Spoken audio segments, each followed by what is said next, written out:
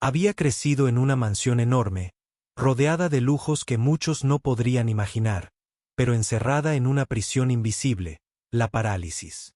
Isabella, la hija de un poderoso empresario millonario llamado Alejandro Valverde, nunca había dado un solo paso. Desde que nació, los médicos habían repetido la misma sentencia: nunca caminará. Alejandro había gastado fortunas trayendo especialistas de todo el mundo, invirtiendo en tratamientos experimentales y terapias costosas. Pero nada funcionaba. Los diagnósticos eran siempre los mismos, fríos y definitivos.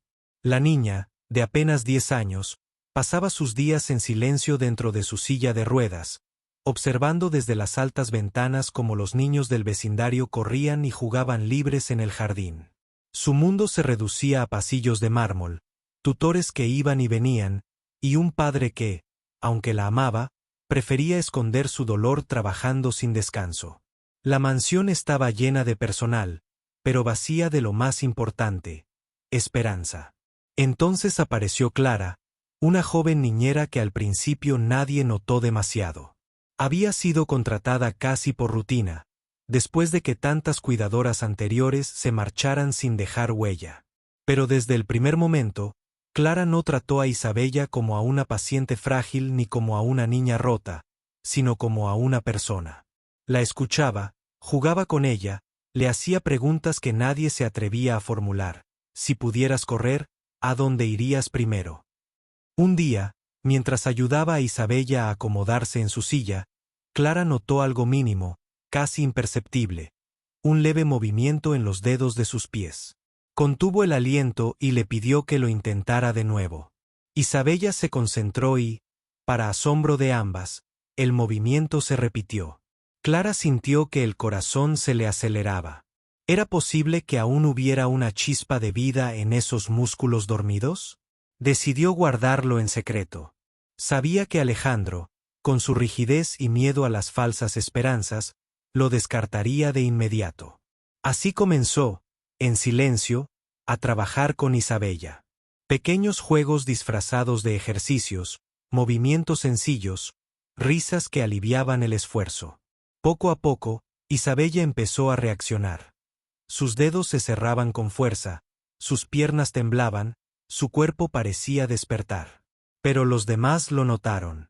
Algunos empleados murmuraban que Clara estaba jugando con fuego, que solo dañaría a la niña.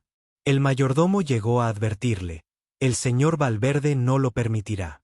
Está prohibido darle falsas ilusiones. Clara, sin embargo, veía la diferencia. Y, más importante aún, Isabella también la sentía. El secreto no pudo durar. Una tarde, Alejandro entró en la habitación justo en el instante en que Isabella intentaba sostenerse de pie, con Clara sujetándola de los brazos. Su voz retumbó como un trueno. ¿Qué estás haciendo? ¿Quieres que mi hija se lastime? Isabella, con lágrimas en los ojos, gritó: «Papá, puedo sentir mis piernas». Pero Alejandro, cegado por el miedo, se negó a escuchar. Ordenó a Clara que se marchara de la casa y le advirtió que no volviera a desobedecerlo. Esa noche, Clara hizo las maletas. Antes de salir, Isabella la detuvo, aferrándose a su mano con desesperación. Clara le prometió en voz baja: «No voy a rendirme contigo. Aunque nadie más lo crea, yo sí». El conflicto se volvió insoportable. Alejandro, temiendo perder lo poco que tenía seguro, se aferraba a los informes médicos. Isabella, en cambio, se aferraba a su fe en Clara. Y la niñera, arriesgando su empleo y su futuro, continuó en secreto los ejercicios, convencida de que la niña podía lograr lo imposible.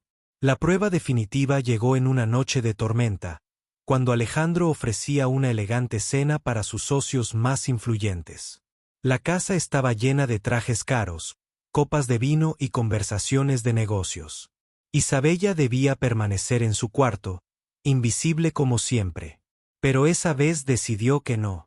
Con Clara a su lado, avanzó hasta la parte superior de la gran escalera. Los invitados callaron de golpe al verla allí, sin silla de ruedas. Alejandro se levantó, con el rostro desencajado. Isabella. Entonces ocurrió lo impensable. Clara le soltó la mano. La niña, temblando, dio un paso. Luego otro. Los escalones resonaban con cada movimiento, como tambores en medio del silencio absoluto. Nadie respiraba.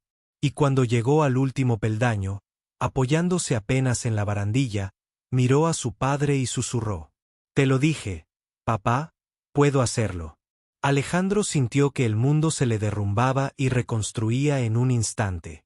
Las lágrimas le nublaron la vista mientras los invitados estallaban en aplausos.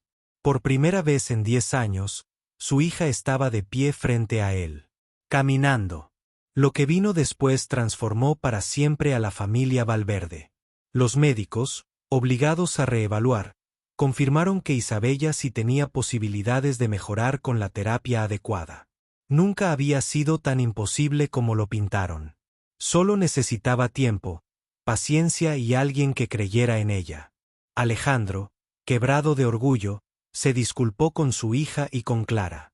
Reconoció que el dinero y la autoridad lo habían cegado, que había preferido escuchar diagnósticos antes que la voz de su propia hija. Suplicó a Clara que se quedara, no como empleada, sino como parte de la familia. En los meses siguientes, los avances de Isabella fueron milagrosos. Caminaba distancias cortas, jugaba en el jardín, reía como nunca antes. La mansión, antes silenciosa y triste, se llenó de vida. Alejandro, que había vivido para su empresa, descubrió que su mayor riqueza estaba en cada paso que su hija daba.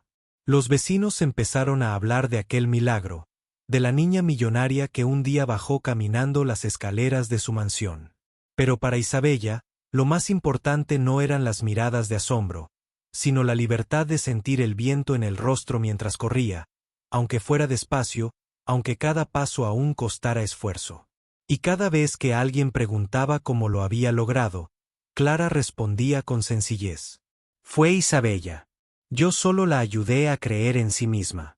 Porque a veces, los milagros no nacen del dinero ni de la ciencia. Nacen del amor, del valor y de la fe en lo imposible. Y aquel primer paso de Isabella no fue el final, fue apenas el comienzo de toda una vida nueva.